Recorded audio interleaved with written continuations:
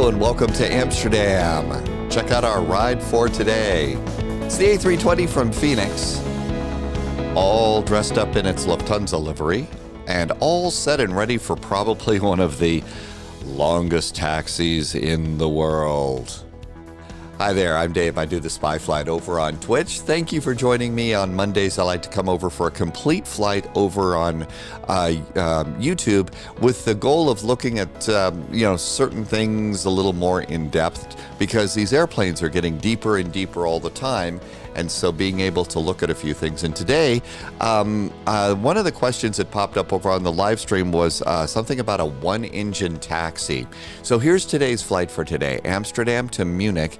We're doing the runway 24 is the runway that we were assigned by our flight plan. But we are going to be rebels today. And come on over here and let me show you what I mean. So it's a little bit of a different format for today, but we're not going to use runway 24, which would be very, very convenient for us. But we're going to do something else, because normally whenever I'm doing a VATSIM event here, I never get runway 24. I always get runway 36 left. Yes. Oh my gosh. The longest taxi in the world. Now, I don't know if it's actually this or not, but it sure feels like it. Now, there's other long taxis, too. I can think of one in Frankfurt. And, of course, Chicago is infamous for being a bowl of spaghetti. But over here, this is a really long taxi. So how are we going to go about doing this? Well, one of them is going to be the OET, the one-engine taxi. This is one of the things that you do to save a little bit of fuel, put a little less carbon back in the atmosphere, stuff like that. So, almost always on a big event, there's going to be a delay. We recently did the Cross the Ditch event, and it was basically an hour's delay going out. So you need to be able to learn to do a few of the things that help you save fuel, especially when you're going to sit for quite a while, behind a line of 5 other airplanes trying to get out. We're also going to look at a special line on your flight plan called Takeoff fuel and help and understand what that's all about and how that's your friend as far as whether or not you're going to make it to your destination. Add-ons that I'm just using for today's flight: Navigraph, SimBrief, and SimToolkit Pro, and Microsoft Flight Simulator Live Weather. That's it. Everything else is default except for the Phoenix A320. So the one-engine taxi procedure, I've got all that sort of sorted out right now, and I'm going to try and get that printed up for you. It's going to end up being a PDF over on my Discord channel, link in the description below. If you have never done this with me before, this is a complete flight. So hit pause on the video right now, load up your sim, and fly along with me. Chances are the weather's going to be a little bit different for you on your flight, but you should still be able to do the same runways unless there's hurricane or something out there. And then one of the cool things about YouTube is you can pause, restart, and rewind the video. I think that kind of helps as you're learning these complex airplanes. And then please, within a few days of doing this flight, do another flight from your hometown airport just to remind yourself of all the stuff, because these planes are increasingly complex in the sim, and this is sort of how it is that you learn all of that stuff too.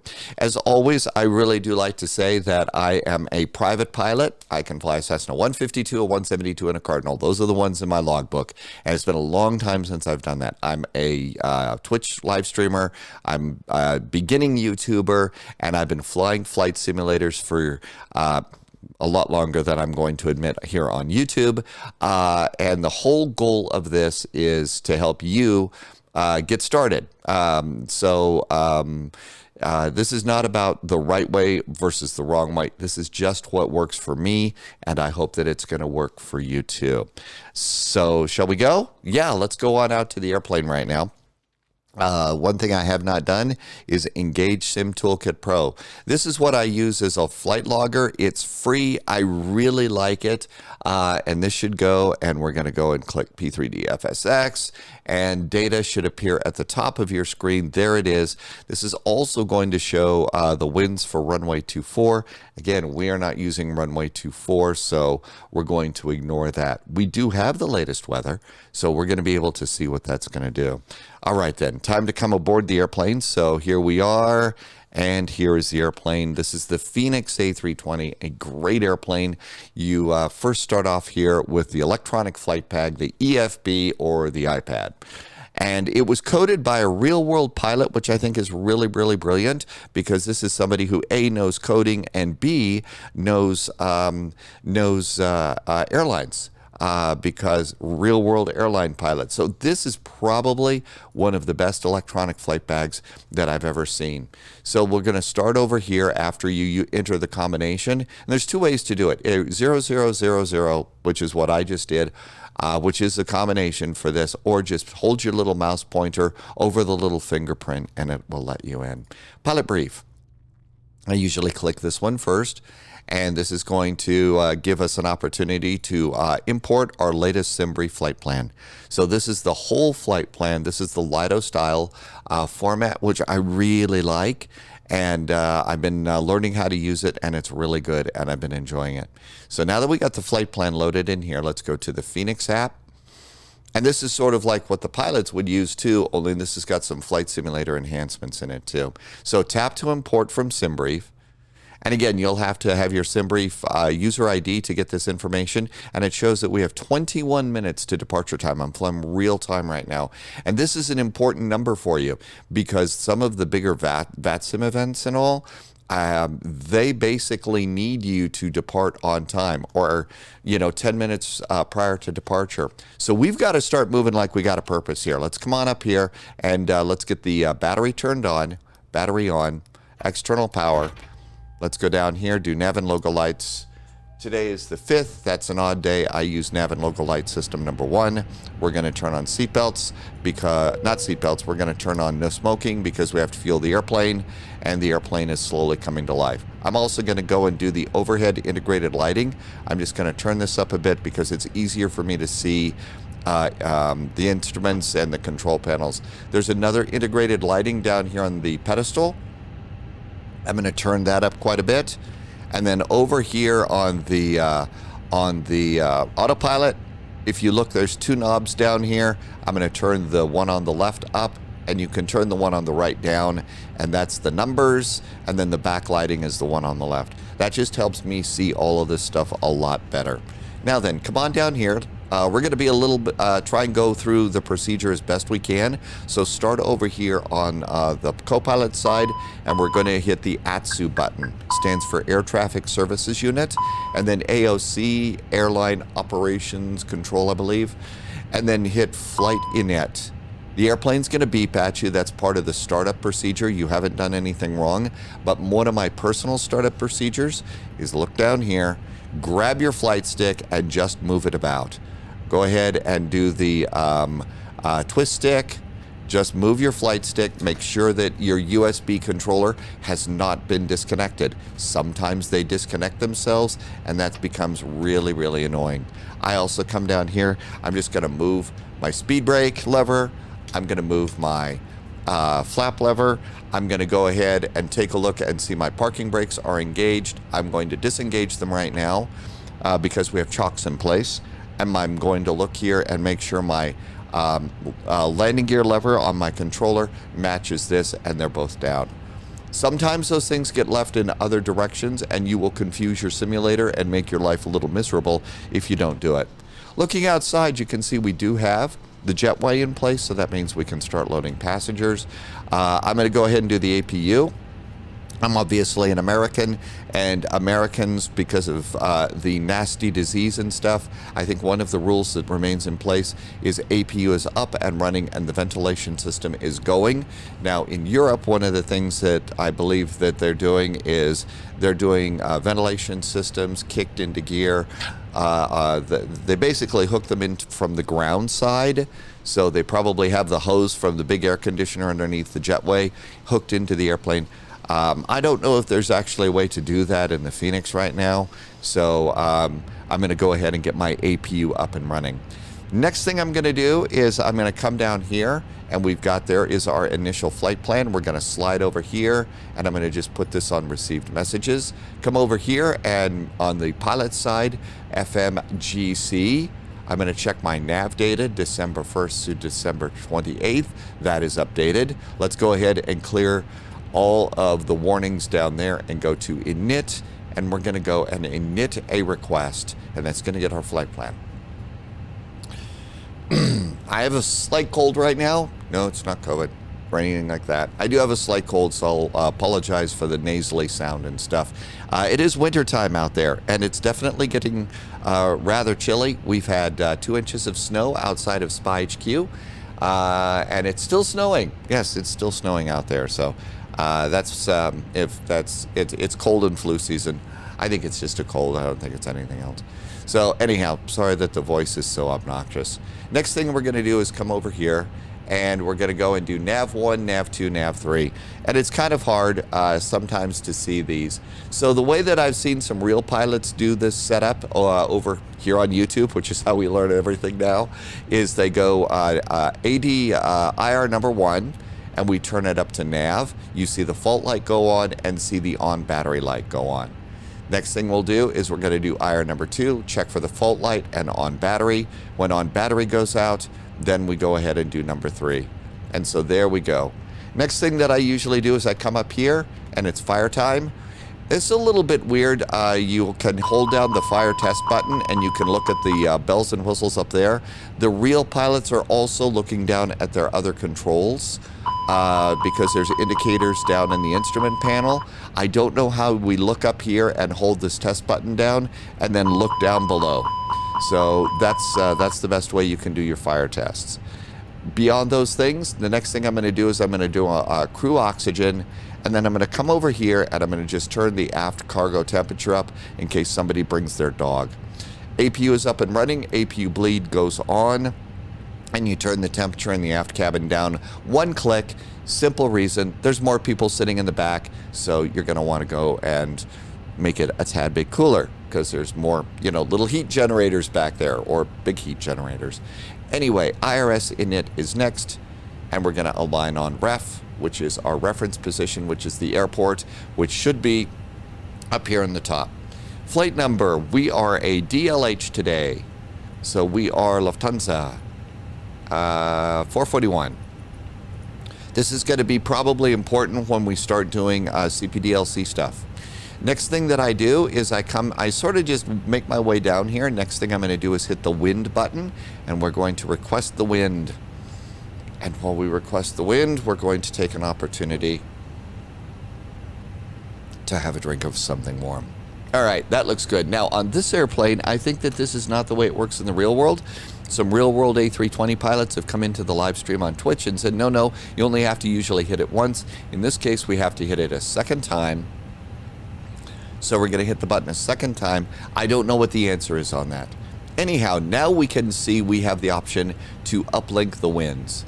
So we're going to go ahead and uplink our winds, and then it takes you over to the flight plan page, and we can go and clear that.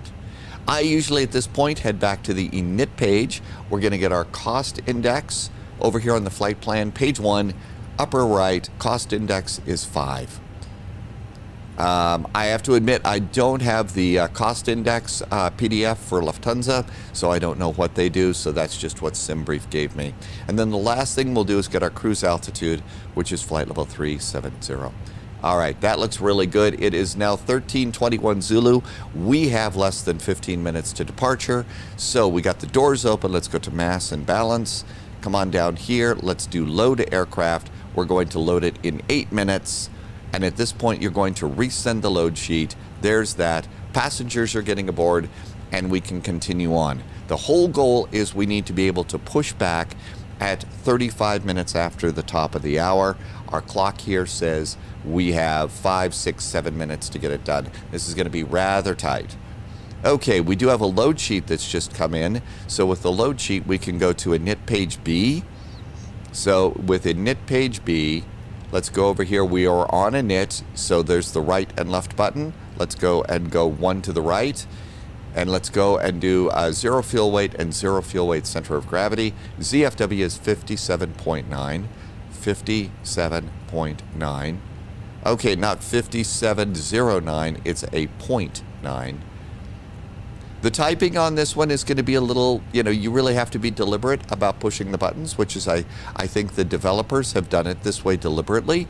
So you just don't push buttons really, really quickly like we do in flight simulators, because I think the real pilots have to be a little more deliberate. Zero fuel weight, center of gravity is 31.4, 31.4. All right, that looks good. We're going to pop that in. Look up here. IR is still aligning. FOB, this is the gas gauge. It says 5.9. Take a look at your flight plan. And 5.9. Perfect. So 5.9 comes down here. 5.9 is our fuel. All right, so that looks good. Now then, somebody else was telling me that what you do is you put in your alternate fuel over here, and you can hit a test button, and it tells you whether or not you've got enough fuel to make it. I totally forgot to do it that way, so I'm learning a new procedure for that at this point. Okay, I've acknowledged my initial load sheet. Now then, like I said, we're going to do the monster taxi today. So come on over here. We're going to be taxiing over to runway 36 left for our departure. So let's go to F-plan and EHAM departure, and let's go and find 36 left. There it is, 36 left. Our departure, you might remember from the flight, is going to be Rend to Victor. So Rend to Victor. So let's come on down and see if we can't find that. Oops, I went a little too. I never get the spy for Victor. I never get to do that. I would really like to do that. Rend to Victor is there. Why can't I ever get the spy departure? I mean, seriously, I'm the spy flight. No. Okay, so all of this looks good, and we can go down here and we can slowly page down. There is our departure. There's Rendy, so we're out of there. There is our flight plan over Germany, heading us down into Munich. And if I was going to be a really good pilot, I would be checking each one of these. Now let's hit EDDM. Our arrival, we are expecting right now, runway 26 right. So 26 right is what we've got coming in. Let's go ahead and just have a quick look at the airport chart. 26 right, that looks pretty good. And I would imagine they're blasting them off on 26 left. Having the staggered runways like this is rather brilliant for doing this. So you you're able to cut down your taxi time a bit. So 26 right for the ILS. There we go, and once it takes it, we're doing the Roki 1 Bravo arrival. So let's look for Roki 1 Bravo. Roki 1 Bravo. We are coming in via Rokel. So no transition up here, but let's see if we have a via. Oh, we have a bunch of vias here. So let's go ahead and have a look. I've already got my stack of charts. This is something the pilots are going to do before they get ready to come on out. Okay, so here is the airport down here. We're going to come in at Rokel, and it looks like we're coming out at MIQ. Let's see if we have a transition here. And look at that. MIQ, almost like somebody planned it that way. Now let's look and see, do we have one down here? MIQ. How about that? Notice how I click it. It seems to take a little bit of time. You have to be very deliberate, and now we insert that into the flight plan, and all of this is looking really good.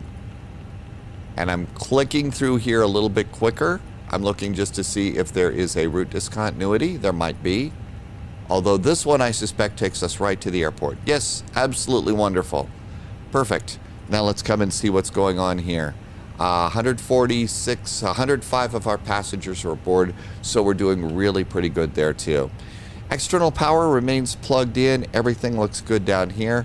Let's go and get some weather. So back over here, let's go hit the weather page. Weather request, and we are here at EHAM, and so we're going to pop EHAM up here. I don't want the TAF. I want the METAR.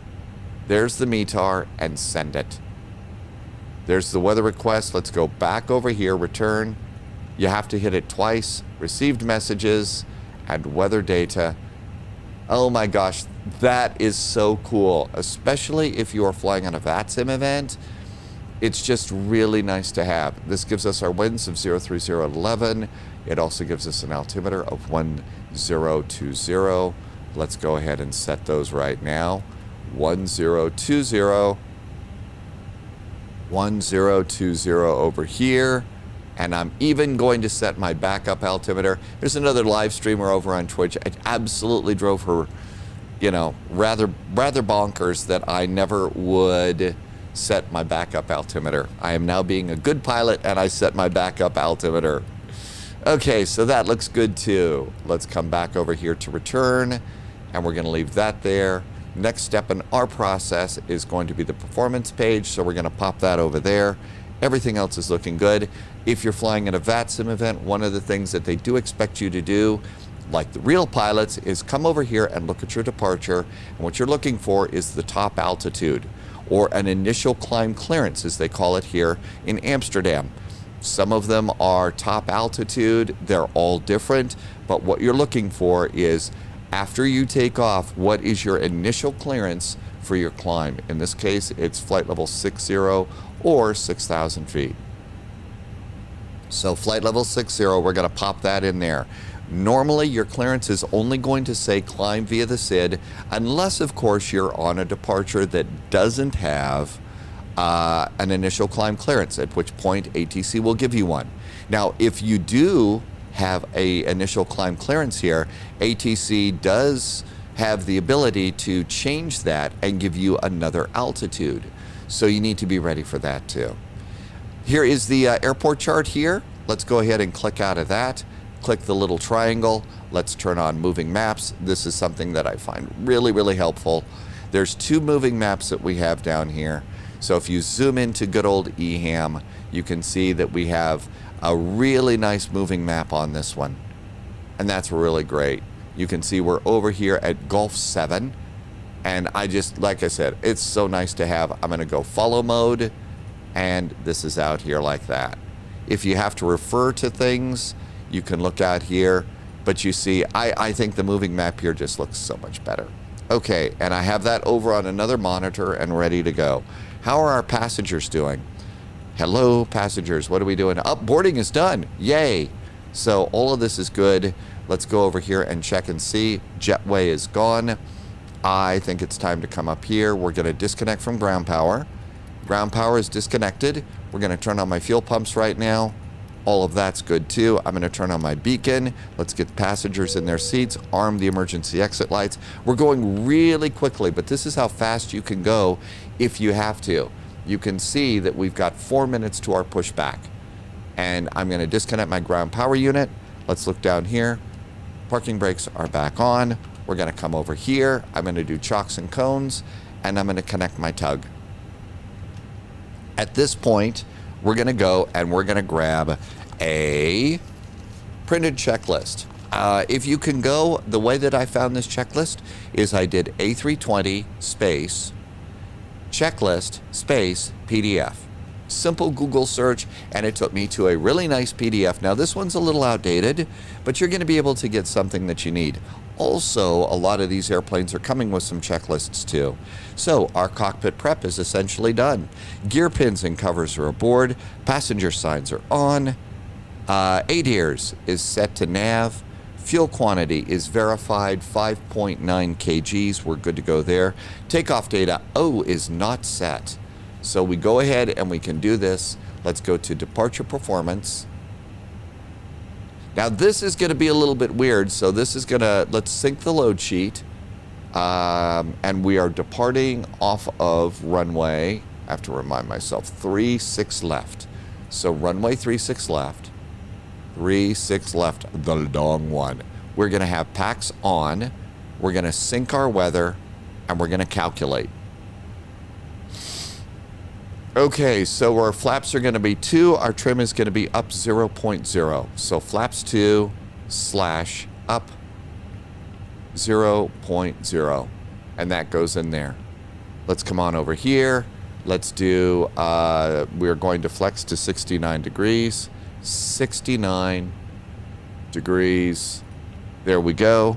Over here, V speeds, 142, 142, 144. 142 once. 142 twice. 144.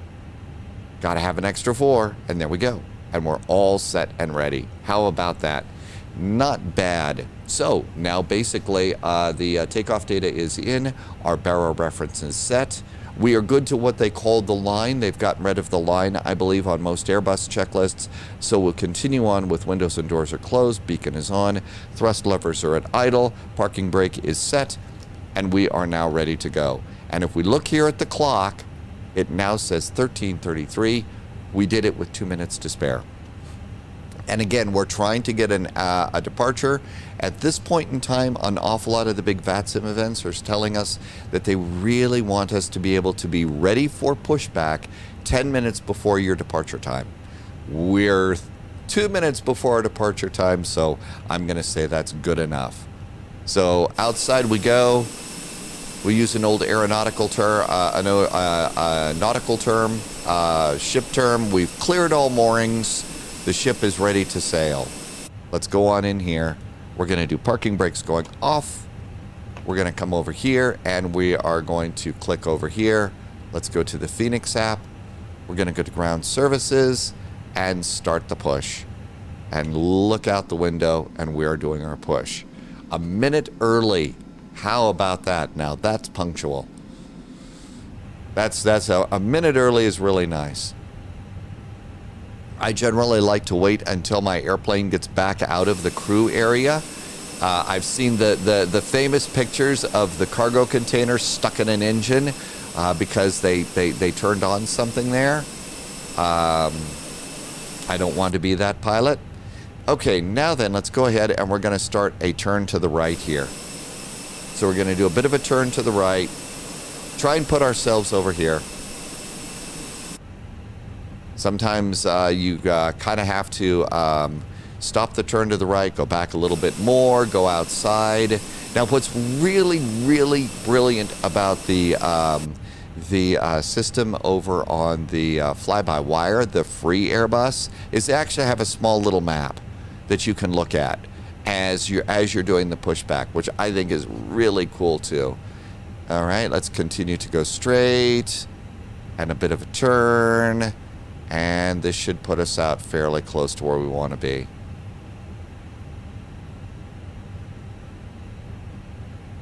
And straight for just to straighten out our nose wheel and stop. And as you come to a stop, parking brakes on, and that looks great. Let's go ahead and disconnect the tug. And our tug goes away, and it's time for the pre-start checklist. This is where we're going to go and deviate just a little bit from the normal thing. Now, I went online and I did a similar Google search, and you can see I have a one-engine start checklist. This is something I'm going to try and get over as a PDF for you. I'm also going to put the nuts and bolts of it in the description so you can copy and paste this into your own notepad and use it. So the first thing you do is brake accumulator. That's this little guy down here, and you need to look and see the accumulator pressure needs to be by the green zone. It's not there. How do you get it? You come up here and you do the yellow hydraulic electric pump goes on. Look back down here, and if we look down here, you can see it's going up. Hey, how about that? We are pumping that up. So we're pumping it up, and then once it's all pumped up, we're going to go and turn it back off again. Look down, it's holding pressure. It is. So now we're going to do a normal start. Starter goes for engine number 1. So let's look down here. I've got my fuel pumps on. I do have pneumatic pressure going to the engines. And start. How did I know about the pneumatic pressure going to the engines? So you see over here, down here, PSI. when you go from normal to start with that switch below the engine starters, you will see the pneumatic pressure. And what that is that shows that it's diverted from the air conditioning systems in the airplane. You know, when you're sitting back as a passenger, you hear the ventilators go off. They're diverting all of that over to from passengers to the engines, because they use that air pressure to get the fans spinning, and then at a certain RPM the system automatically engages fuel, and that's how they start the engines. So here we go. Our engine is starting, and it looks like we're getting a good start on engine number 1. The EGT is going up. The N1 is going up. The real pilots are also looking at the oil levels. That's important too. All right, so now we're good to go, and engine number 1 has started. With this done, we're now done with this portion of the startup, and what we're going to do is we're going to come over here and we're going to do a new switch. This is called the cross bleed in the pneumatics, and we're going to open up the cross bleed. Okay, so we've got the cross bleed, which supplies pneumatics to both of the engines. That's good. And then normal after start. So we're going to come down here, and with one engine, we're then going to go back to normal. So that's good. We're going to come up here and we're going to turn off the APU bleed. So that goes off too. And then we're going to come up here, and before we release the brakes, we're going to turn that electric pump back on. And then we would do the rest of the after start checklist, and now it's taxi time. So we got one engine going, and we can start our very, very long taxi. So sit back here, and we're going to release the parking brakes. With just one lever here, you're going to need a little bit more thrust to get the airplane going. There goes our right engine, and this is going to get us going. Now then, one of the things that you're going to need is you're going to probably know with only one engine out there pushing us down the way, one of the things that's going to happen is you're going to need to steer a little bit more to the left on occasion. Okay, and so now that we're going, I've reduced my thrust lever a bit, and out we go. So we're going to come out here. We're going to do, let's see, which one is this? This is Bravo, I believe. And we're going to go to Delta, Whiskey Sierra, and so we're going to kind of come out here. Now we'll reduce our throttle just a little bit, and out we go. We don't do anti-ice stuff. We don't do throttles, flaps. So all we're doing is concentrating on this taxi. As we're doing the taxi, we'll look up here. Remember, we did the cross bleed. We also turned off the APU bleed and then switched the system back to normal. Switching the starter back to normal means the passengers are getting air conditioning again. Turn off the APU bleed, because apparently what ends up happening is if you leave the APU bleed on, it sucks exhaust into the cabin, and that gives the passengers a headache, and then they call their lawyers and stuff. So we've turned off the APU bleed. It's still doing some power for us here, but it's not going to go ahead and do any, it doesn't suck in the exhaust. And so we just continue this way. The yellow hydraulic electric pump is providing hydraulics on the yellow side, which is your toe brakes. So we're all good to go there. Now what we do is, as we do our taxi, we have to judge when we're going to be about 3 minutes from takeoff. That's the point where we're going to go and start up engine number 2. But right now we're able to taxi along. We're only running one engine, and so all is right with the world. We're saving gas, a lot of gas, half of the gas that we would normally be using for a taxi, and we're putting out less carbon. So there are lots of good reasons for a one-engine taxi. It also saves wear and tear on the right engine too. Okay, then let's come over here on Charlie, and we'll make our turn. And that looks good too. In the middle of all of this, we've also gotten the updated, we've also gotten some updated numbers here. So as we continue up here to Whiskey Sierra, we have a new load sheet. And our new load sheet says we have 2 new passengers, which means we have to redo a little bit. Now remember, it doesn't redo our takeoff numbers. We did the takeoff numbers when we were over here doing the takeoff speeds and stuff. We got all of that taken care of because that was with the final load sheet. It just takes a little bit of time for it to show up here. Go back to init, go back to page B. Now the things have moved around a little bit. I'm also slowing it down. So our new zero fuel weight is 57.9. Ooh, that hasn't changed. 57.9 is our zero fuel weight. Let's go to page B now. Next page, our center of gravity is 30.1. Ooh, it says 31.4. So that has changed, so we have to make a change. Here we are at Whiskey Sierra. ATC has just cleared us to cross this runway, which is nice of them. And we're going to just continue to go around. Might need a little more thrust. Remember, we've only got 1 engine pushing us along. So out we go. And in the middle of all of this, you know, we're watching for other traffic. We're learning our way around the airport. Okay, so the new center of gravity is 30.0. So slash 30.1. 30.1. Look up here. Did we go offline? Well, we're right on our line. It's important to keep looking up like this, especially on a 1-engine taxi, because one of the things that we're going to have is we're going to, it's going to push us off to the right, and we don't want to taxi into the grass. All right, now then, you take this little line and you do zero fuel weight center of gravity over there. That's now been updated. We're picking up some speed. Let's slow it down a bit. Let's accept this, go back to performance, and there we go. All right, now we're coming out. I believe this is Victor. And so the Victor takes us out to the runway, and everything's looking good. I did fail to turn on my nose light for taxi. And there's the second control tower out for the for this taxiway and the other runway. So we actually have the other one. We're probably about 4 minutes away from departure. I'm going to return here. And this is looking good.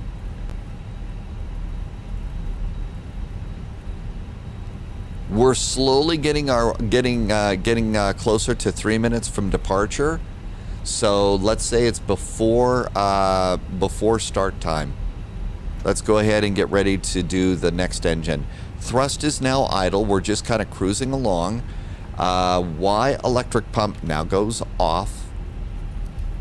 Y electric pump. APU bleed comes back on. And watch it all, doing all of this while you're taxiing along on a rather lumpy taxiway. APU bleed is on.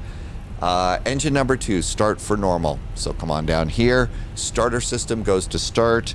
Engine number 2 goes up. Engine brake accumulator. The brake accumulator is still in the green zone. So if we have to stop, we can. We're not supposed to. So we're just kind of cruising along. You may need to go and run the second engine up a little bit during this start. That's okay, especially as you can see how lumpy things have gotten over here. We're about ready to go over this little river area, so this is not going to work out. So we got a little canal that we go over, which is pretty cool. I think it's a canal and a roadway, and then we go downhill, add a little thrust. That way we have to get up the hill too. So put it in 4-wheel mode, right? Okay, once we get up there, then thrust back to idle. We're also taking a look at our engine start. Engine number 2 has started very nicely. Okay, so let's get the starter back to normal. Yep. So starter goes from start to normal. We can go ahead and turn this back over here to auto. And we might need to do a bit of braking as we go around here. But engine number 2 is on, so the yellow hydraulic system is pressurized. So now we have brake pressure, so we just can start there. Now we do our after start checklist. So APU bleed and the APU can go off.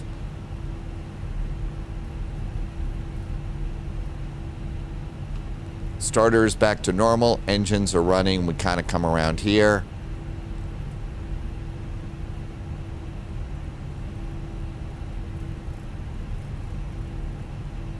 And there is our one engine start.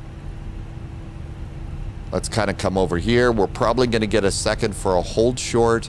And then this for a really long taxi, especially in a big VATSIM event that we're kind of preparing for here. So there's a number that we're going to check and we're going to see how we're doing. And that's going to be the takeoff fuel number on your flight plan. So as we come on up here to the line, this is going to be a hold short for us. Let's see, we can go ahead and do elevator test, aileron test. That looks good so far. Trim is going to be up 0. So trim is 0. Oh my gosh, look at the wind. It's been rather breezy, I've noticed, in Europe lately. And here we are coming up here. 3-6 left. Slow it down, slow it down. Nice gentle stop. Parking brakes on. All right then.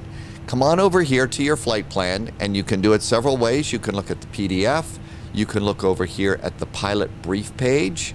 And what we're going to do is we're going to cut page down here, minimum takeoff fuel. And fuel should be 5.8. From there, let's look down here. Look at your gas gauge. How are we doing? 5.8. We're right on the line. And I did not board any extra fuel. If we were in a VATSIM event, I would have at least an extra 45 minutes of fuel for taxi out. Okay, let's go ahead and come on down here. Remind ourselves flaps are going to be 2. Flaps are 2. Let's come on down here. We're going to do predictive wind shear. We're going to do speed brakes are armed. Auto brakes are set. Takeoff config is good. We are just on the line as far as takeoff fuel to get down to Munich. We're good. So that's how you know, even if you've had delays and everything else, if you've got enough fuel. So look for that line. Before takeoff checklist, flight controls are checked. Flight instruments are groovy. Briefing has been done badly. Flap setting is configuration is flaps 2. V1 VR flex tap is set. ATC is not on. Uh-oh, I failed to squawk mode Charlie on the taxiways. The squawk mode Charlie people are going to come after me. ECAM memo is all green. That's to the line. Again, the lines are gone in a lot of Airbuses now. Takeoff runways confirmed. Cabin crews advised. TCAS is Terra. Engine mode is normal. Packs are on. We're ready to go. So, clear to go. Off onto the runway. Parking brakes on, a little bit of throttle, strobes going on, and I'm going to do one click on my landing lights. That's going to get them. Remember, this is an Airbus, so the landing lights have to drop down out of the bottom of the airplane. So I'm just going to do that. I'm not going to turn them on. You only like to turn on your, you want to turn on your landing lights when you're pointed down the runway. They're very bright, and if somebody's over on the other side of you or something like that, you're going to blind them. So just the basic rule I do is I don't turn on my landing lights until I'm pointed down the runway. And we're looking pretty good there.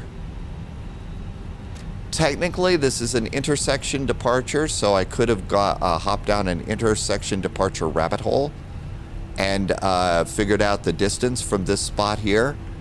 I think we've got enough rabbit holes for today. All right, that looks really good. We're lined up. Landing lights are on.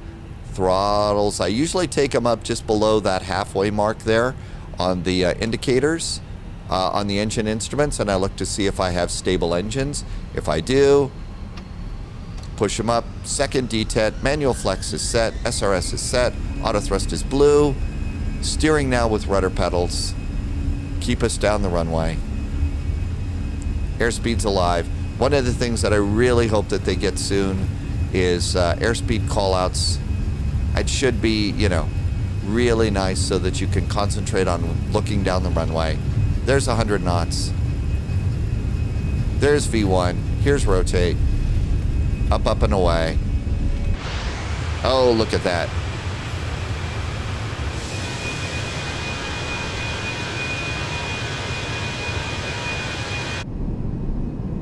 Nice view out of the cabin. And down we go. Climbing a little bit. Well, actually, no, my climb is really pretty good here. Little bit steep on the climb. Okay, lever climb is flashing. Thrust climb. Let's get some help from the autopilot. We're busy. You know, some people think the autopilot is lazy. In a VATSIM event, you're all by yourself. These airplanes are complex. You're not being lazy. You need all the help you can get. If you had a co-pilot, great. We don't have a co-pilot. Okay, there's flaps. So flaps up 1. ATC is called. Climb and maintain 17,000. Continue the climb. Out we go.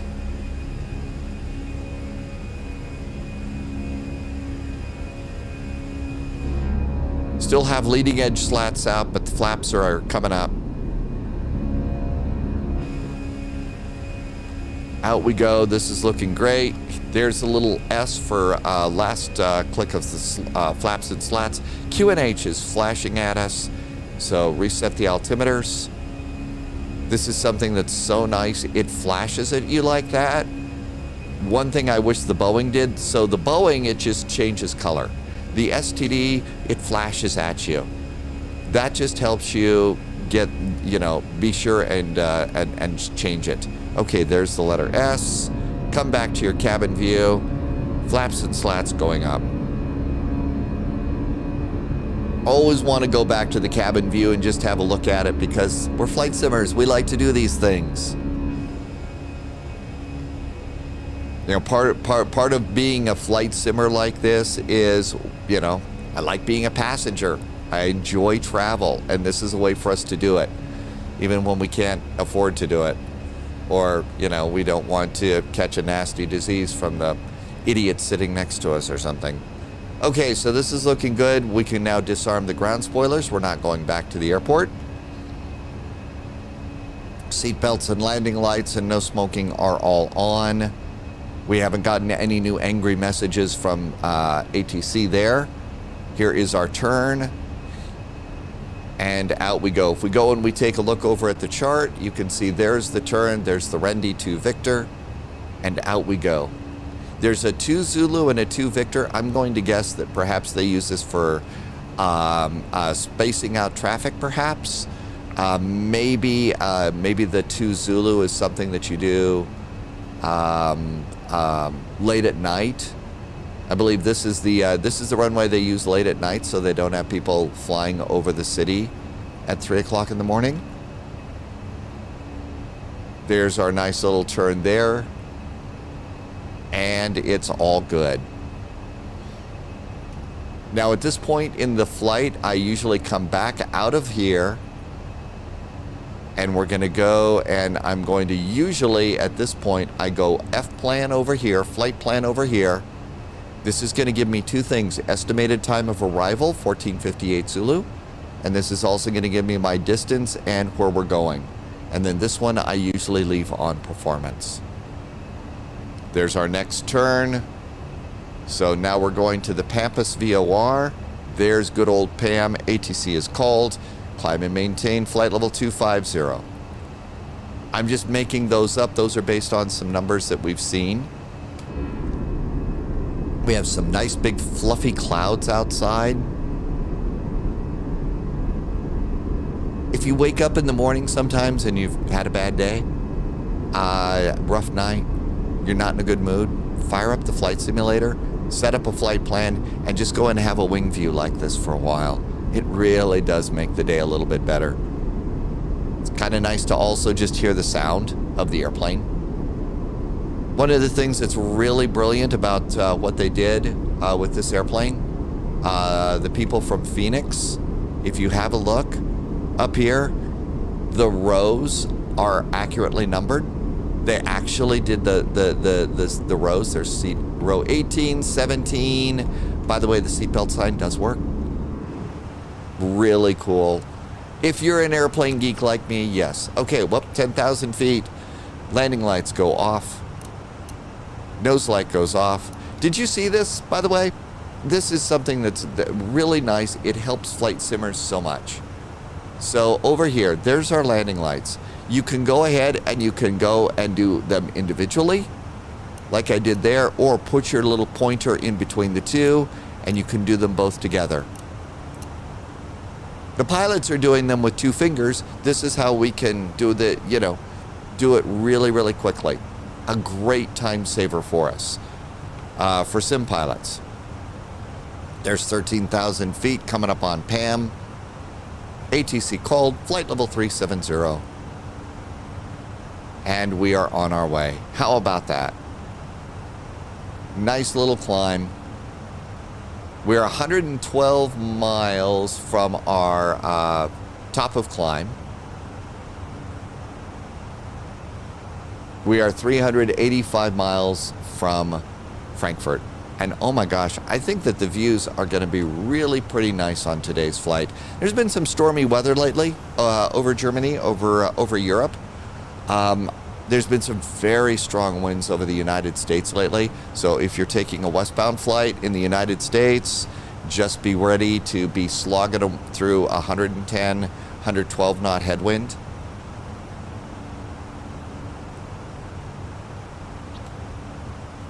So here's our flight plan down here. Just going and coming through here is really pretty amazing. Getting to use this. Now, one of the things that's interesting about these is I was watching, I learned about MD-11s from a YouTube video, like we all learn everything. And one of the things is I was seeing that the pilots in the MD-11, they were using the Lido style of charts. So one of the things you can do to be like the real pilots is you come over here and you're starting on page 3.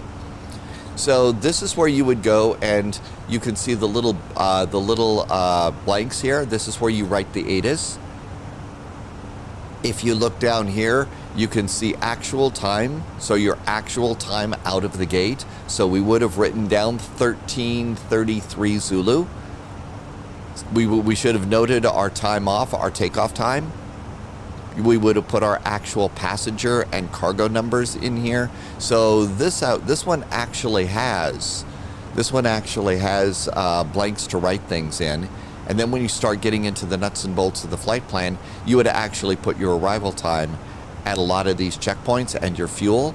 And so you would be manually keeping track of all the numbers, something that the real pilots are doing. This also tells you what checkpoints. So between NAPRO and DPAD is when we would get handed over to the Hanover Center, basically, for Americans. I think it would be, Control, I believe, in Europe. If you're in the older Airbus, this is your wind information. So these are winds at top of descent and descent winds.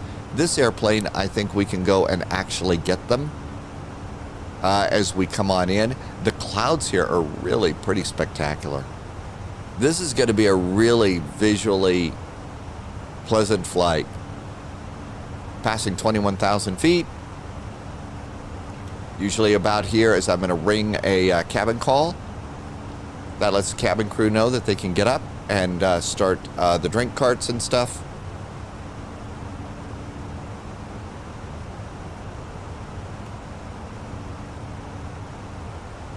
This today's flight is about an hour and 35 minutes long. So usually what I do on these flights is as we get closer to top of climb, one of the things that I will do is I will pause the video, and then when I get to be between 80 and 100 miles from top of descent, I restart the video, at which point that's what you do if you're flying along with me like this. That way you don't have to sit here and listen to a lot of first thing in the morning chatter. So 23,000, everything is looking really pretty good here.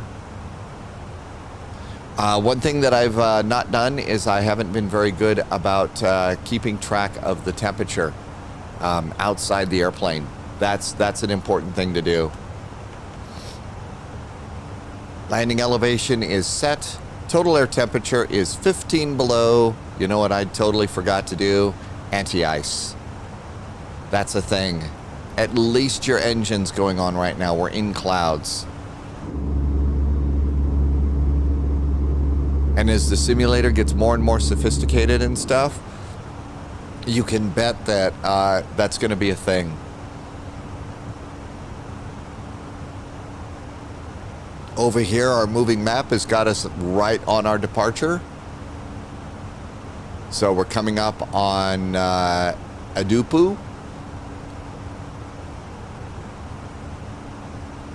This also is a really nice moving map to give you an idea of when you are leaving certain air traffic control zones. That kind of helps you plan ahead just a little bit. I don't think that we're going to be going back to... I don't think we're going back to Amsterdam. So hit edit. And at this point, I'm going to delete the departure and the airport map. So now all I have is the arrival, the ILS, the airport map.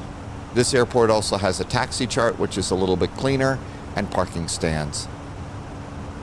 So this is my stack of charts. It's already ready to go. You've noticed that I don't have the sync function on. This is a little bit more automated. The one thing that the reason that I've got sync turned off is I do like to be able to just delete charts as I don't need them. That keeps the number of charts down here a little bit more manageable. And I guess eliminates a little bit of clutter on the application, which I really appreciate. Passing 26,000 feet, so as a sim captain, my arbitrary number for seatbelts and stuff is 25,000 feet. If we don't have any turbulence or anything like that, that's usually when I'll come and hit the seatbelt sign. That's probably a little bit early for most real-world captains, and of course the flight attendants would rather have the seatbelt sign on because it's going to keep passengers out of the aisle so that they can get the drinks out. I still can't remember the one time that I ordered a venti instead of a grande, and the after effects of that. So I tend to take mercy on the passengers. Okay, now we're out of the clouds here. Temperature outside the airplane's minus 23. We're out of clouds. I think it's safe to go ahead. Engine anti-ice can go off. And we'll just continue with the climb. It is real world right now at flight time. It is starting to get to be the afternoon in Europe. Sun's going down. The wind's going to be picking up. It does look like we'll probably get some afternoon showers popping up here too on our flight down to Hamburg, down to Munich. At this point, I'm going to go and do airports, 40 miles. And all of this is looking pretty good. Real world, one pilot is required to have terrain radar up. The other pilot is supposed to have weather radar. So each has a different radar up. I think they're still sorting through weather radar in this. Terrain radar, I believe, does work in this right now. The developers are really getting pretty cool. They're starting to put in in-op signs on things that don't work. So we're up a little bit high. I wouldn't imagine that we're going to see an awful lot of terrain radar. Weather radar is down here. So weather radar, we would go system 2. And we would go weather. And I'm going to go ahead and drop my tilt down here. And over here, so that sets it up. So weather radar is now set up for the co-pilot. And I think we're good and golden. So the one engine taxi, again, what I'm going to try and do is condense. So it's a 2-page flow here. Here, it's go like that. It's a two-page flow that I found here. Again, I found this by just Googling one engine taxi, checklist, PDF, spaces in between. And I came, and that's how it is that I found this. I do tend to print up some things that I use rather regularly. It's just easier for me. But what I'm going to do is create a text file and clip this into the description, so you'll have that too. It won't be the complete thing, but it'll be most of it. But I would think that you'd be able to go and find this. So I'll be working on that when I hit pause, so I can clip that in. It'll also be breakfast time here as the sun comes up. How are we doing outside? Sun is coming up. Looks like the snow is finally ending, but it's going to be a rather chilly day here. So there we go. Keep a close eye on your engine instruments as you continue with your climb. I will, unless something happens, I will come and start the video again. I'm going to be hitting pause now. So between 80 and 100 miles from your top of descent, you need to restart the video too. In the meantime, have a nice breakfast, have a nice cup of coffee, enjoy the views outside the airplane. It really is a little bit therapeutic.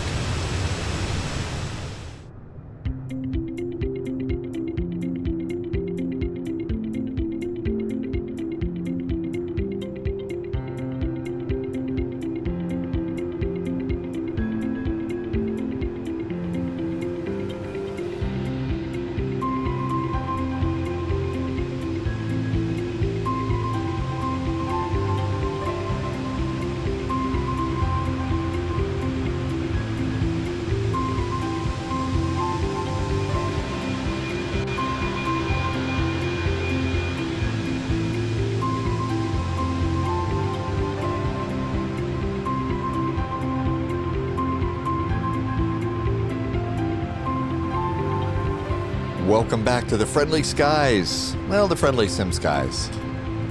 These clouds are really pretty spectacular here in Germany today. And the airplane is flying along pretty good. We are between 100 and 80 miles from top of descent. So let's hop back into the sim cockpit here. Nice looking airplane. And thank you for coming on back too.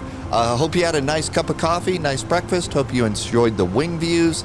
And look at that, right at 60 miles. There is our top of descent hockey stick. Hockey stick's an unofficial term. Captain Mike Ray of United Airlines came up with that term and put it in his really great series of books for check ride, flight simulator check ride manuals for real world pilots that he's adapted for flight simmers too. And they're really, really nicely done. So I can suggest you look those up. And he doesn't sponsor me or anything. I just think they're really good, especially if you want to look up and learn some new things. Learn a lot of things about these amazing airplanes. Let's go ahead and go to the McDo menu. Go to ACCU. This is over on the co-pilot side. Airline operations again. And we're going to go to weather.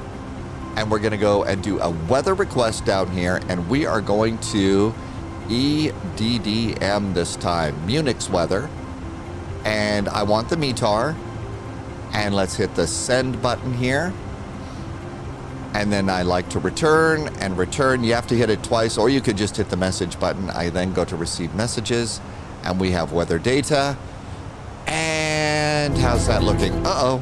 Whoops. I thought it was hitting weather. Turning off music. Sorry about that. All right. So I also should probably hit the, let's see, this button right there. Oh, the camera has disconnected. Wonder how that happened.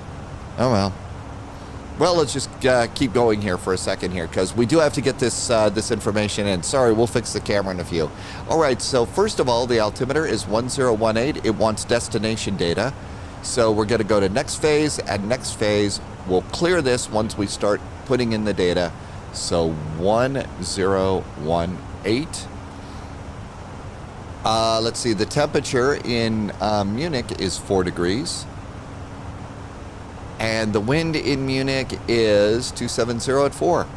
270/04. All right, then. That's good. Now, we do need a barrow for our landing, and we're going to get these over here on the charts. And so we'll come over here. So ATC may very well be giving us a descent clearance about now.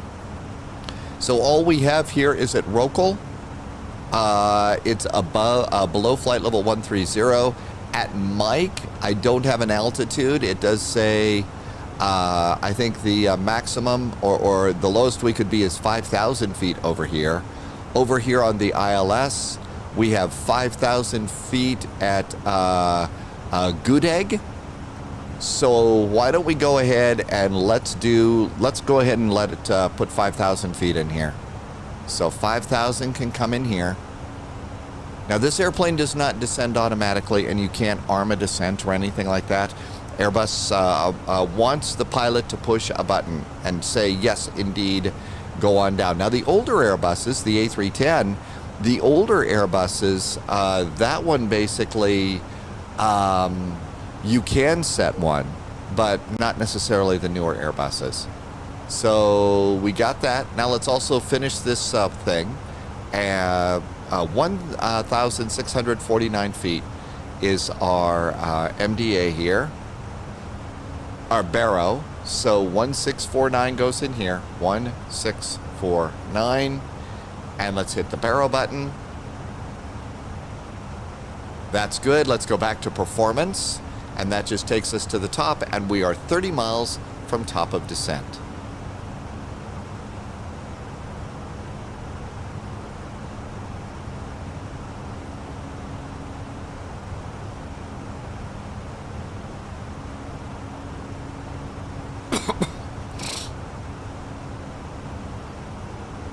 Hey, got the camera fixed. Good. All right, so all of this is good, and we did that. Everything looks good here. Everything looks good here. Let's see. We can grab our old school checklist here, and we did after takeoff checks. That was good. So the next one is approach. So we don't have a big checklist at this point. The only other things that we might be doing is briefing the approach right now. So our brief is at Rokel. We do have a speed restriction of 280. The airplane's going to take care of that for us, but we'll monitor. Mike over here is this little checkpoint. Mike, 5,000 feet or higher as we come on in. We're going to be making a nice little right-hand turn at Gudeg to get on the ILS. The ILS is India Mike November Whiskey. Okay, the call sign, if you know where to find that little call sign, you're going to see it. It'll show up in pink down here when we're within range. That's something that you need to check and make sure that you're on the right ILS. Okay, coming in here on the airport, we're coming in on 26 right. We've got a number of high speeds. If we catch the first high speed, that's going to take us right into our gate area right here. But we have to probably brake a little bit more and use more reverse thrust. So, you know, I'm not sure exactly what the trade-off is there. A little more taxi time or, you know, a little bit more wear and tear on the brakes. And so after we come in, maybe if we do catch Alpha 9, we'll come in here on Center 2. And I usually like to taxi into this terminal here. And we'll grab one of these gates down here, and that will make for a nice arrival. All right, so all of this is looking really good. I think all of this is set. Yep. And we are 13 miles from top of descent. So looking down here, we got 13 miles here. Sorry, cold nose here. Let's see, that is 12 miles, so we actually have time to grab a Kleenex and go like this. Thank goodness we also have the ability to mute a microphone too, so you don't have to hear annoying nose sounds on YouTube videos. All right, this is looking good. There's 9 miles. I generally like to press the button for the descent. I usually like to press that one right around, I'd say between 1 and 2 miles, somewhere around there. That makes it for a nice gentle descent. I think if you wait until afterwards, the airplane's going to go clunk and that might cause anxiety on the part of passengers. So, you know, want to do a gentle one. So I found the most gentle time to do that is going to be between 1 and 2 miles out. Let's see how it works this time. Coming over here, there's nothing much really to worry about on this. As we look over here, you can put Navigraph in here. I haven't been using that for a while. It's a little bit slow. Plus, I really do like the new Navigraph application that they've come out with. By the way, if you do an annual subscription to Navigraph, we're coming up on the time. Okay, there it is. Between 1 and 2, we're going to press the top part, the up arrow on the altitude button. The dot appears, and you can see the airplane gently starts its descent, and down we go. And you can see where the little green dot right here is going to fluctuate just a bit, and down we go there too. But it doesn't fluctuate that much, so I figure that's going to be the smoothest ride for the passengers, and I think that's ultimately one of the things that you want to do. Now that we are on the descent, I'm going to go away from airports, and I'm going to hit constraints, and this way I'm going to see whatever constraints I have to hit to make sure that we monitor the descent and everything is in good shape.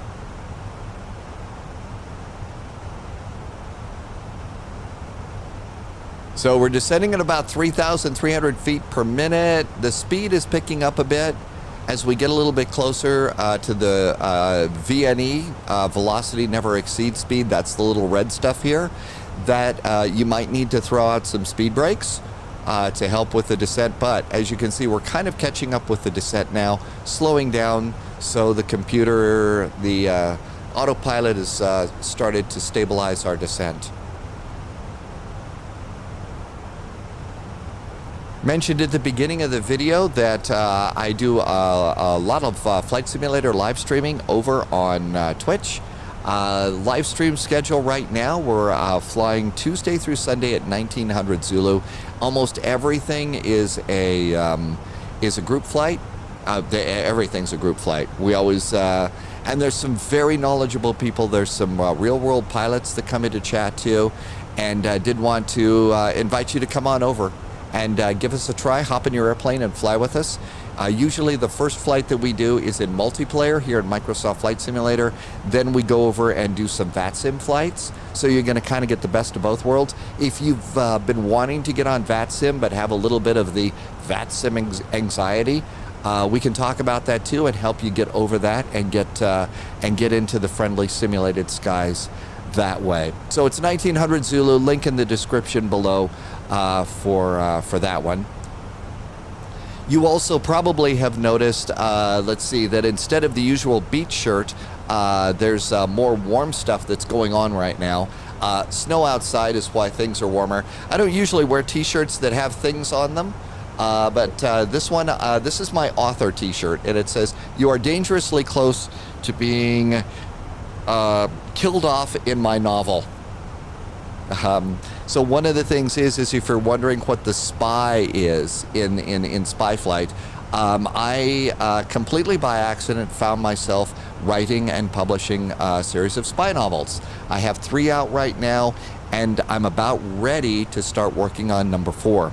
I've been some people over on the spy flight have had asked me over on Twitch, have said, when are you going to do some more stuff on YouTube?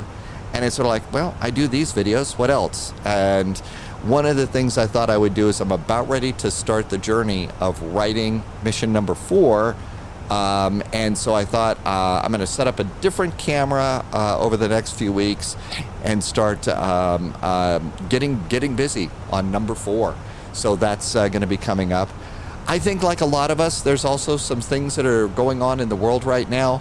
I obviously have a little bit of gray hair, so I've been around a while. Maybe there's something that I can contribute.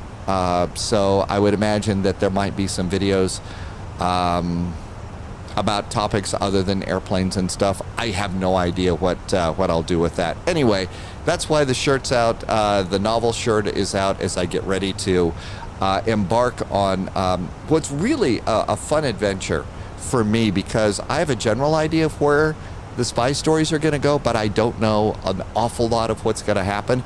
I discover it along the way, and I will tell you, that is a really exciting part of doing that. Back to airplane stuff. Enough of that. So 28,000 feet. We're good there. Our speed is where we're supposed to be. The little green dot right here. So this little green dot is our descent deviation indicator. How far above or below our optimum descent path are we? And you can see if it's centered here, that's perfect. We do have altitude, flight level 130 and 280 knots, I believe. I can't read it too well, so that's why we have a chart, right? 280 knots below flight level 130 is what that's supposed to be. So I bet that's a below flight level 130 there at Rokel. So all that looks really good too. We do have the latest weather aboard, so that's a good thing. If we were on VATSIM, I would be over on vPilot, and I would click the ATIS for Munich, and that way I would know, hey, what runways they're using, and we would have done that a long time ago. But that way we would have found out what runways we were supposed to be on and everything else. And I think everything is good here. I still have to finish typing up the list, which you already see in the description below. But I'm working up a nice little list to put in the description for one engine taxi. So there was the departure, there's taxi 3 minutes before takeoff. And if you had a particularly long taxi coming in, you could also do a one engine taxi going in. Save a little bit more fuel. Speaking of fuel, how are we doing in terms of gas? So one of the things we could do is we could come over here to the fuel prediction page, and you see EFOB, estimated fuel on board at Munich. You come over to your flight plan, and we can do it several ways. Let's do it this way. Let's come over to Pilot Brief, and let's see. Boy, this is all the way at the bottom here. So let's go ahead and go all the way to the top, and as we go to the top, let's keep going. All right, here we are, coming up on this now. So there is a line here on page 1, FinRes plus alternate. That stands for final reserve fuel and alternate fuel. And so if you look in your fuel planning, there is continuous 15 minutes, contingency 15 minutes, then final reserve, which is 30 minutes. So continuous, contingency 15 minutes, 30 minutes, 45 minutes, plus our alternate, which is Zurich. So these three numbers, contingency, alternate, final reserve, add those three up, and that is final reserve, and alternate is 2,504 or 2.5. So look down here, and if the number is above 2.5, you're in the golden zone. You're not in trouble. If it's below that, then you have invaded your final reserve and contingency fuel, and the fuel police will be knocking on your door, and you know, it gets unpleasant for there. Real pilots, they never want to invade that. Now, if you have to start doing holds, if you have to divert, or anything like that, at that point in time, that's what final reserve, contingency, and everything is for. But unless one of those things happens, then you're supposed to be below that number. And this is when wheels touch the ground, I believe. That's when your wheels touch the ground. Okay, so I'm going to go back over here to performance. And we're doing good. We are a little bit slow. It says we have to be at 280 knots. It slowed us down to about 250. So that might be something I did wrong on that one. If you're in VATSIM right now, there is a chance that ATC might be saying, you're going too slow. Speed it up. So you'd have to come over here and you'd have to intervene. So click the down arrow on speed, and that's how you can adjust your speed. We're at 19,000 feet. I'm going to do seatbelts. Usually I do that at 25,000 feet. Unless there's turbulence, then I would do it higher. So that's going on. Seatbelts are now on. Temperature outside the airplane, it is minus 16 degrees. we are coming into some clouds. We've got some thin wispy clouds outside the airplane, below 10 degrees Celsius, and clouds of, if there's moisture, then at least engine anti-ice and very probably wing anti-ice too. This is all looking good. I'm going to continue to keep the weather over there. This airplane is really smart. One of the things it's going to do is this thing is going to go and it's going to give us our, it knows what transition altitude here, which is 5,000 feet. So we're good to go there. Back over to the current page. So we're still letting it manage us down. So 17,000, I think everything's looking good. Nice views outside the windows.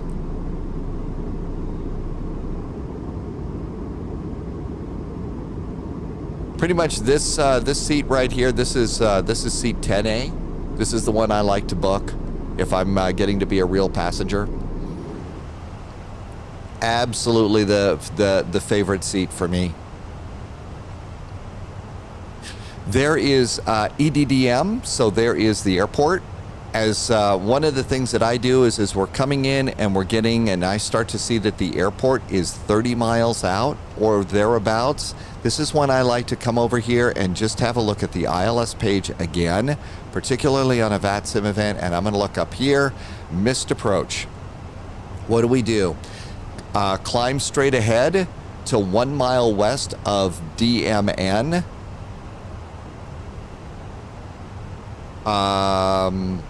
Or 1,900, whichever is later. Right turn and turn right and head back to the Mike non-directional beacon and climb to 5,000 feet. And so that's what the dashed line is here. So 1 mile or 19,000 feet. 1,900 feet, not 1,000. 1 mile or 1,900 feet. Right turn, Mike, and that's missed approach. Especially in VATSIM events that are getting more and more complex and crowded, expect to do some missed approaches. So I just like to have that in the back of my head. Now then, we are still getting a little bit closer. We've just hit Rokel, and we are almost at Rokel. We got 2 miles to go, and we have to be below 13,000 feet. We're going to be below 13,000 feet. There's 280 knots. So we'll see if is that below 280 or just 280. Maximum is 280. Okay, so we don't have to be exactly at it. It's max 280. So no faster than 280 knots. So unless ATC is called and given us a hard number here, we're good. Above 5,000 feet at Mike. And so we're good to go on that too. Airplane's kicking the speed up now to about, well, looks like it's going to kick it up to 280. At this point in time, though, as we're coming in, there's a very good chance that ATC is now giving us a speed command, and they're going to tell us 210 because there's a lot of traffic. You just need to be ready to do those sorts of things. So 210. Flap speeds, what do we do about those? Most every airplane has got the flap placard, and also the landing gear speed placard. It's right in front of you on this airplane, just where you need it. So flaps 1 plus F is 230, 215 for 1 and 1 plus F. So about 215 is when I start to throw some flaps out. Flaps 2 is 200 knots. Flaps 3 is 185. So all of that is good to go.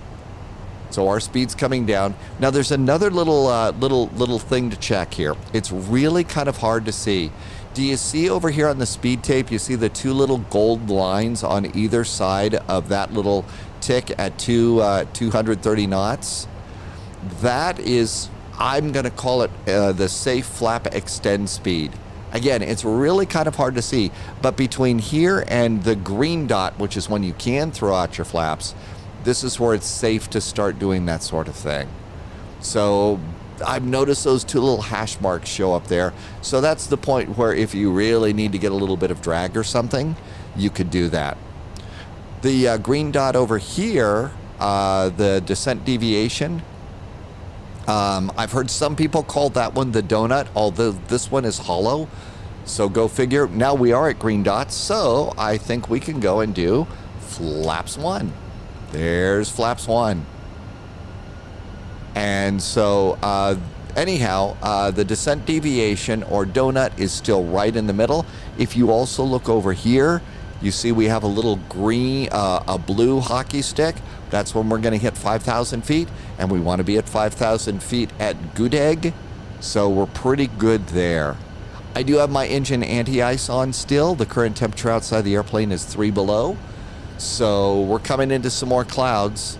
I don't know how big of a penalty there is to just leaving it on like this, whether the pilots are always just turning it on and turning it off. I would assume that once you decide you want it on, you're going to leave it on. But that's me guessing.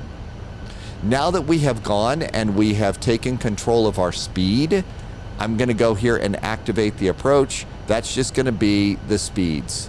It's not going to change the speeds. We're in control, but it's going to ensure that the approach page is ready to go, including VAP, which is 135. Our descent continues. We're at 10,000 feet. I think that's a good time to do landing lights. Nose light is pre-armed. I'm going to do a cabin call. Let the cabin crew know it's sterile cockpit. We're landing, seats. Everything's good to go here. We're in clouds. And I'm going to now, let's go and, let's see, transition is 5,000 feet here. So one of the things that's on the descent checklist is altimeter set. So we don't do approach until altimeter set. We're within 20 miles of the airport, so let's go ahead and we're going to go and hit the LS button. That's going to be landing system. And you can also see, remember that pink thing I was telling you about down here?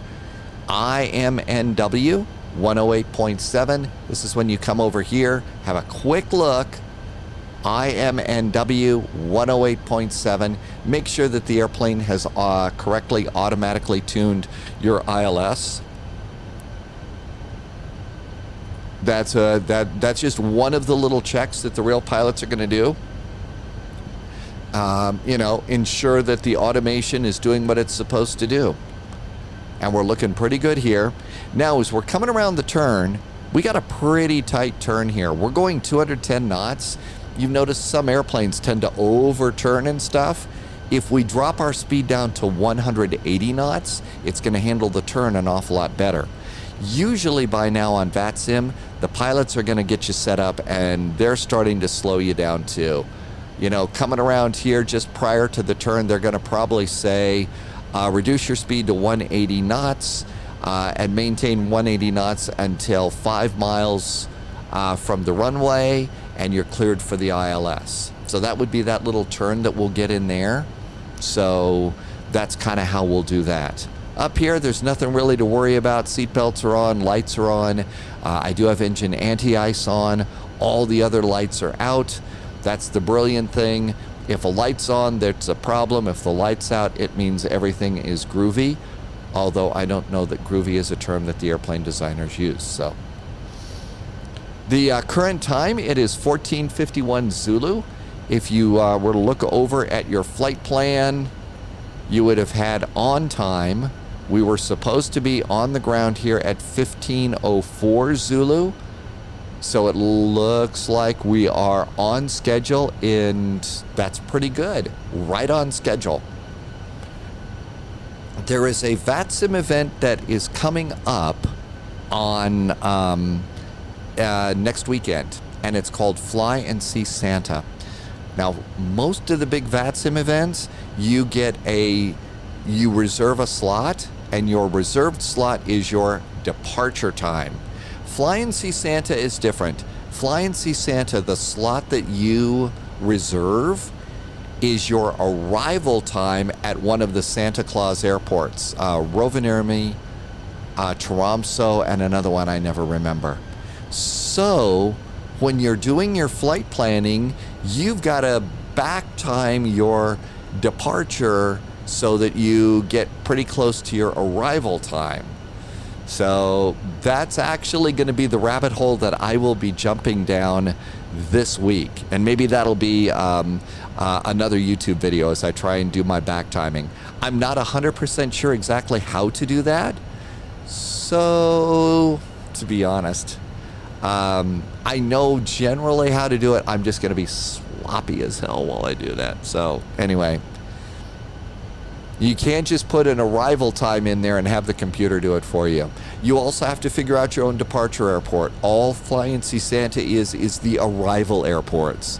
So, needless to say, that's going to be quite the little rabbit hole to hop down, and I'm looking forward to it. It'll be a fun little exercise. Okay, we're continuing to come on in. Coming up on 5 miles from our turn. So at this point in time, we're anticipating that ATC is going to give us that one call. Turn right, heading 200, descend and maintain 5,000, maintain 5,000 feet until established on the localizer, clear for the ILS, runway 26 right, maintain 180 knots until 5 miles DME. That's probably what we would get. That's what we should expect. It's what we normally get in the US and in Europe. So let's go ahead, and they've just given us this, and sometimes they'll even break it up a little bit and say reduce your speed to 180 and then turn to your heading. So they want you to slow down first and then make the turn. They'll do that if it's even more congested. We are coming up on a S, and the S in the speed tape means we get to do some more flaps. Okay, glide slope and localizer is coming around here. There goes glide slope up there. So we're doing really pretty good. This is going to make the turn and get us all nicely set up. So let's let the airplane do its thing. And let's go ahead and do flaps 2. I am using the Thrustmaster TCA Airbus Captain's Pack. I've got to tell you, they're great controllers. I really enjoy them. They work well with Airbus. I've adapted them so that they work with my Boeing airplanes and my McDonnell Douglas airplanes. Just really enjoy them. I'm not sponsored by anybody, so that's just my own honest, that's how I feel. Okay, everything's looking good to go there. We're doing our nice little turn. The airplane is handling it beautifully.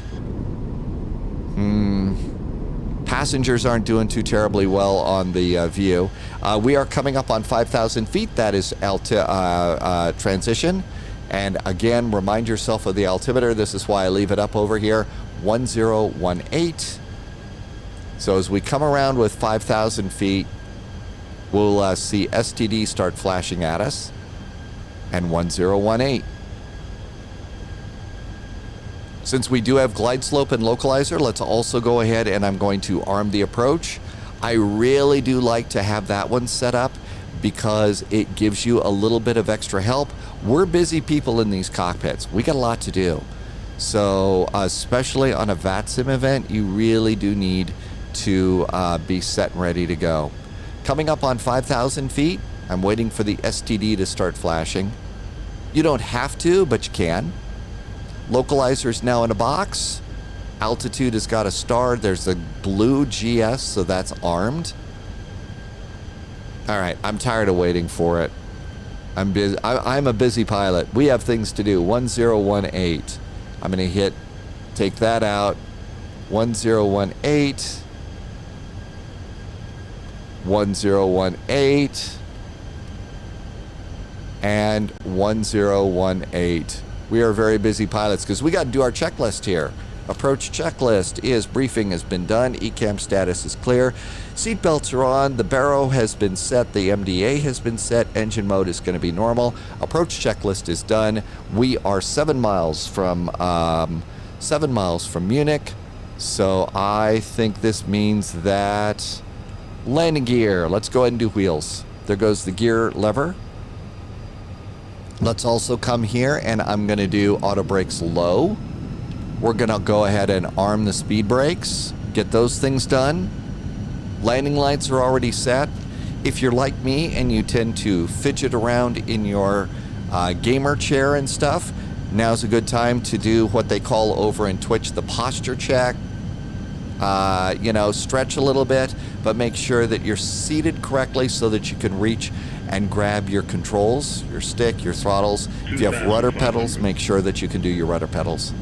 And we are now coming up on 7 miles from the runway. You can also see there's a DME for the ILS 7 miles down there too. Glide slope and localizer are both green, so the airplane's still flying the airplane. So the airplane is flying the airplane. How's that for my illogical statement today, which I make plenty of? At this point in time, I'm coming over here to my charts page, and I'm going to zoom this in just a little bit. I'm expecting to get Alpha 9. We'll probably get Alpha 6. But I'm going to zoom this in because this is where I expect that we're going to be taxiing. If you're on VATSIM, by now we're talking to tower, take just a second, and if there's ground control, get that set up in your standby now. This is when you have a little bit of time, you know, maybe a minute or two to take care of these things that you're really not going to have time to do when you get on the ground. Cloudy skies, I see nothing ahead. I'm letting the autopilot do the work.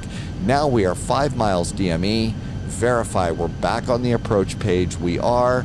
I'm going to go managed. Airplane is good. I'm going to do another notch of flaps. I'm seeing runway lights ahead. Sitting back here. I'm going to gently put my feet on my rudder pedals, gently put my hand on the stick. My other hand is over on the number pad so I can look around and see things. About ready for full flaps. Flaps are now full. And the last thing I'm going to do is look up here at the map display and look at the wind. Winds are ahead and to the right. It's going to want to blow me to the left. And I visualize that in my head so that I know what the wind's going to do, so that when I take control of the autopilot, I'm ready. We do have rain outside. We need to go to continuous. No. I think we go to crank on this one. I think it's continuous on the other airplane. I think it's start on this one. I need to check that out. We're getting close. I can see the runway. The clouds are gone. We're done. AP is going off.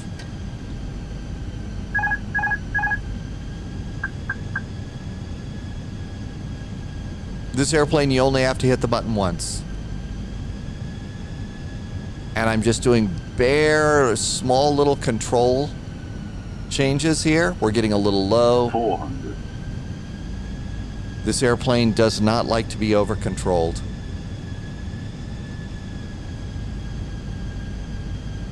300. So over 100 above. continuous start, I think, is what I was looking for with rain. 200. And you want to do that. Some airplanes you just have on continuous Minimum. no matter what on landing. Minimums, landing. Beautiful landing. 100. Little high now. 50. 40. 30. 20. Retard. 10. Reverse.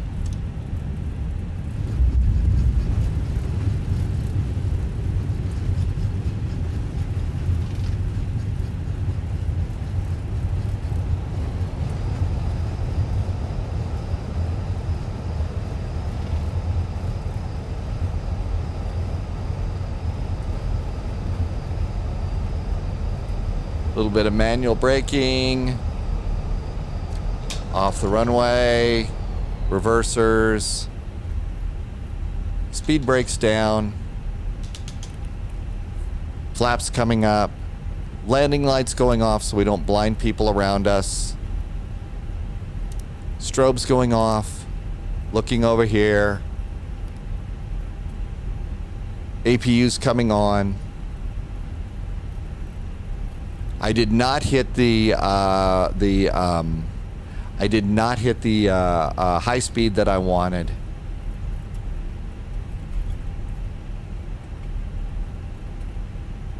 So we have a slight little bit of back taxi to do. There's the APU. And around we go. This is a payware airport. I think the Amsterdam that we took off from was the Amsterdam airport that we took off from was just default. This one is a really nice payware airport. We'll clean up a couple of the buttons here, but mostly what we're going to do is we're going to concentrate on the taxi. By now, we've also flipped the switch over here. We're talking to ground control as we get ready to come in. Next available turn here is going to be November, and we'll come on into the taxi area here. This is an incredibly well done scenery. It's a payware, like I said. I definitely think that this is worth it. Let's see, temperature outside the airplane. I don't think we need to have engine anti-ice on now, unless we had like blowing snow or something bad like that. An awful lot of taxiways, especially in congested big cities, go over roadways. And one of the things that the scenery designers are getting better and better at is depicting that. And it really is kind of cool. So we're getting ready to come over a roadway here. I think it'll look better there. So you can even see the road signs, some cars go by. That just adds to some of the really great immersion, which I think is great and I'm enjoying. You know, never been to this airport in my life, but this one is definitely one of the ones that is on my list. I think for coming in, we would be coming in maybe on the center line or the O2 line. So I'm going to put us on the center line here. And I usually go out to this little midfield concourse. So if you go to a passenger website, it gives you a concourse and a gate number. But for the pilots, it doesn't give you that. It's gate. So I'm going to gate 247. I still have to go and spend a little bit of time decoding what the concourse is and learn my way around a bit. And so we're going to kind of come around here. That should be 246. I think that's 247. Yep, there's 246. And then there is 247. There is our gate. One of the other things that I'm hoping that a designer or developers are going to start working on is some good gate guidance going in. Right now, you kind of have to eyeball. So one of the ways that a real-world pilot tells you is look at where you want to stop and then draw sort of a line out this way. And then look this way as you're coming in once you're all set up, and that might be it right there. I'm still trying to figure that one out. But let's go ahead and do parking brakes. Parking brakes are good. APU is up. Engine number 2. Engine number 1. I'm going to make the APU bleed work. We're going to come down here. Let's stop squawking. We are done squawking. Let's come on up here, and we're going to do engines 1, 2, 3, 4, 5, 6. Fuel pumps, I mean. So those are good. Let's go ahead and disarm the emergency exit lights. Seat belts, passengers want to get up. The ground crew, this is the really nice thing. Ground crew has just plugged in our external power. We're going to go ahead and click that in. And then if you come over here, you can, do you want to do deboarding? Click it. This is already going and getting our jetway.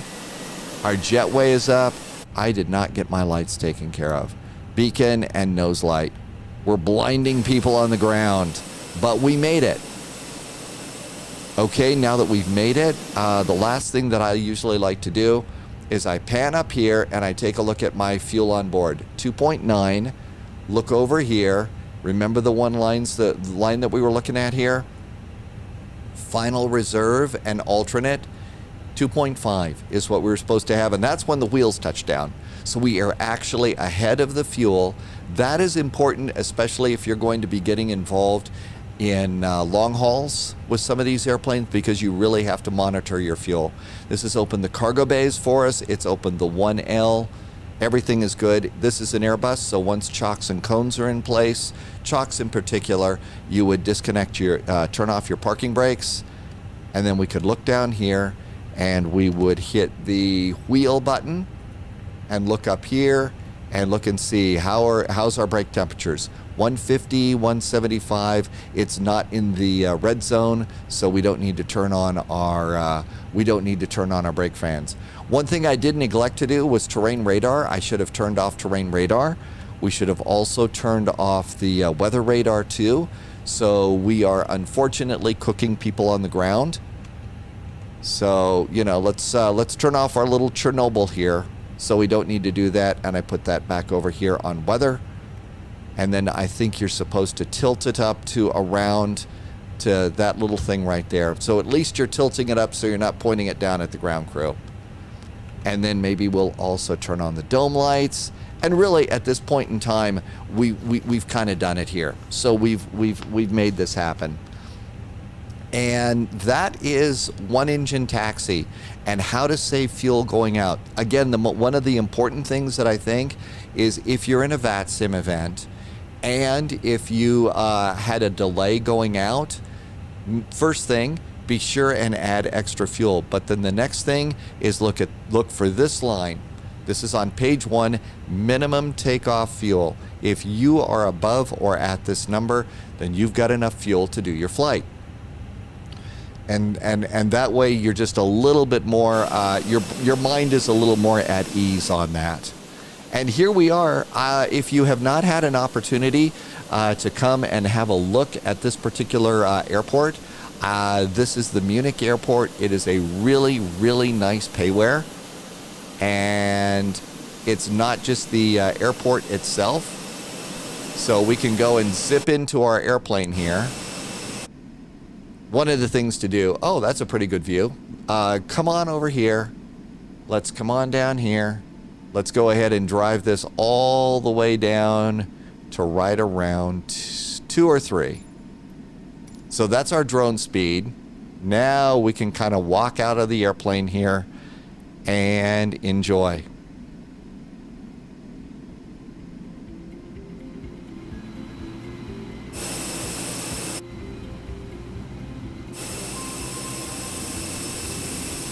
More jetways should have windows on the sides, just saying.